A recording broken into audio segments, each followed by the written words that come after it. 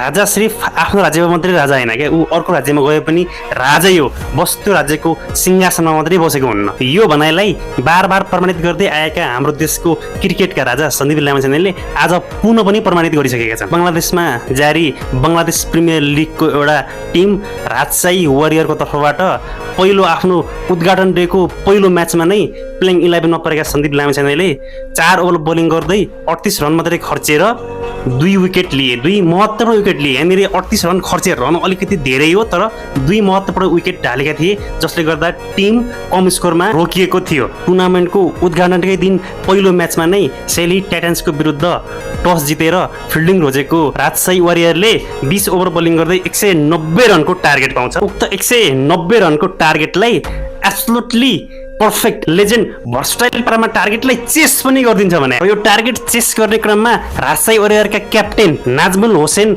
सेन्टोले 51 बलमै 100 रनको पारी खेलेर एब्सोल्युटली लेजेन्ड क्याप्टेन पारी खेलेर टिमलाई जिताउनमा महत्त्वपूर्ण भूमिका खेलाए भने त्यससँगै उनकै पार्टनरसिपमा मुस्फिकुर रहिमले सिर्फ 31 बलमा 51 रन हान्दै क्याप्टेन सेन्टोलाई साथ दिएर यी दुई बीचको पार्टनरसिप नै टार्गेट चेस भयो र योसँगै राजशाही वारियरले आफ्नो पहिलो म्याचमा नै पहिलो विन 8 विकेटका साथ हात पारेको छ। योसँगै सन्दीप लामिछाने सहित राजशाही वारियरको पुरा टिम परिवारलाई समग्रमा एकदमै धेरै धेरै बधाई छ।